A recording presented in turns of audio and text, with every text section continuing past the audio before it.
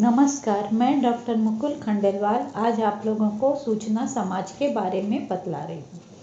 सूचना समाज पर विचार करने से पूर्व हम सूचना को जान ले। पहले सूचना एक तरह से संवाद है, विचार है जो एक ओर से दूसरी ओर भेजा जाता है, दूसरी ओर से उस पर अपना विचार दिया जाता है। तात्पर्य यह है कि आज जिसे संप्रेषण कहा जाता है वह और कुछ नहीं है, एक प्रकार की सूचना ही है।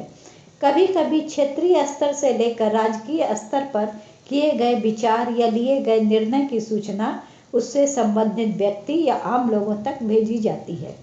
सूचना को भेजने वालों में शामिल साधन जो होते हैं उन्हीं को सूचना समाज कहा जाता है।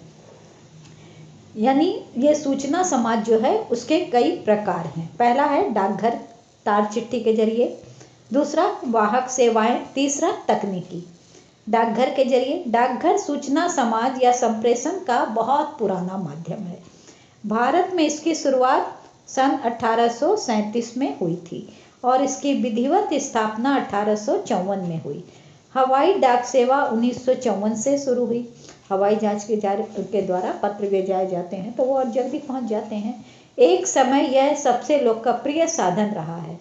इसके अंतर्गत पत्र व्यवहार, टेलीफोन और टेलीग्राफ तीनों आते हैं। परंपरागत संप्रेषण का माध्यम पत्र व्यवहार ही है।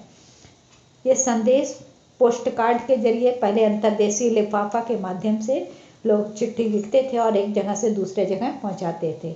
महत्वपूर्ण संदेश जो है वो रजिस्टर्ड लिफाफा, जिसको पंजीकृत लिफाफा कहते हैं, उसमें जाता था। और कीमती जो है वो चेक ड्राफ्ट आदि, वो माने बीमाकृत लिफाफा होता, उसमें जाता था। उसकी रसीद दे दी जाती है। डाकघर में आप वो दीजिएगा तो उसकी रसीद आपको देगा, तो वो एक प्रमाण रहता है। कभी अगर नहीं पहुंचा तो आप उस पर क्लेम भी कर सकते हैं। भारतीय डाक व तार विभाग ने 1881 में टेलीफोन सेवाएं आरंभ की।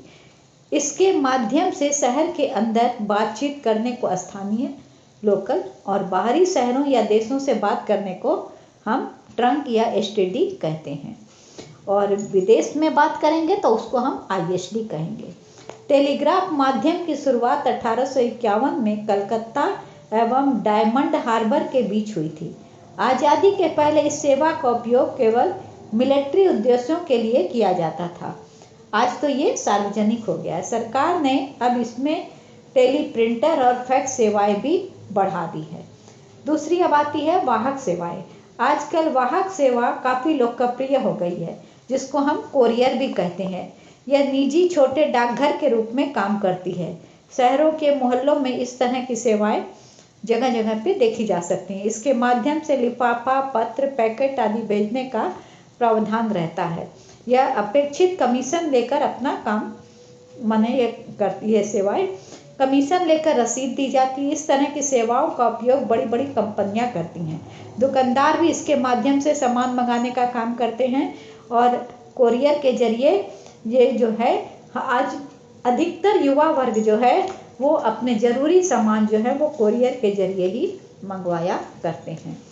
तीसरा है इलेक्ट्रॉनिक माध्यम। संप्रेषण के बढ़ते चरण में यह सबसे आधुनिक माध्यम है। कहना होगा, ये हम कह सकते हैं कि संप्रेषण ने जब तक जहां कदम रखा है वह यही तकनीकी माध्यम सामने आया है। इससे कुछ ही क्षणों में संदेश देश से लेकर परदेश तक चला जाता है।